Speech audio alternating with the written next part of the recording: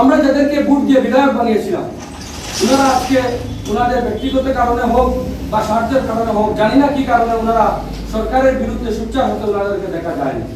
আজকে আপনারা জানেন পঞ্চায়েত ডিলিমিটেশনের নামে আমাদেরকে কিভাবে প্রচার করা হয়েছে।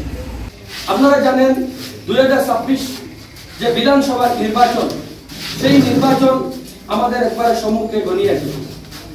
যে আমরা 2026 নির্বাচনে রাইজর দলের নেতৃত্বে আমরা ভারতীয় জনতা পার্টির নেতৃত্বাধীন মিত্রজোটকে আমরা পরাজিত আমাদেরকে করতে হবে।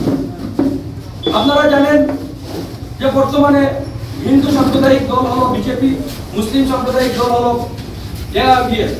এই দুটা দলের বিরুদ্ধে যদি কোনো মানুষ বলিষ্ঠ কণ্ঠে প্রতিবাদ করেছেন, তাহলে তিনি হলেন একমাত্র দলনেতা অখিল গগৈ। তাই হিন্দু মুসলিমের মধ্যে যে একটা ডিভাইড এনেছে বর্তমান এই বিজেপি এবং এআইডিএফ, এই ডিভাইডের বিরুদ্ধে একমাত্র অখিল গগৈ মহোদয় তিনি স্লোগান দিয়েছেন যে হিন্দু মুসলিম এক হও, এই ইউডিএফ বিজেপিকে ব্রহ্মপুত্রের ঢেলে দেবে।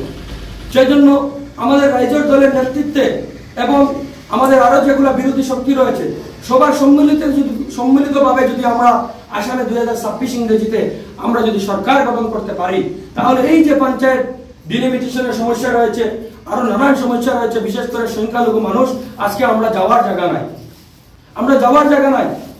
2026 ইংরেজির পূর্বে যাতে দক্ষিণ করিমগঞ্জ তথা গোটা করিমগঞ্জ জেলা আনাচে কানাচে গ্রামে গঞ্জে আমাদের যাতে এই সংগঠনের বার্তা এবং সংগঠনকে সুসংগঠিত করা কিভাবে যায়, সেই দায়িত্ব আপনাকে আমাকে নিতে হবে।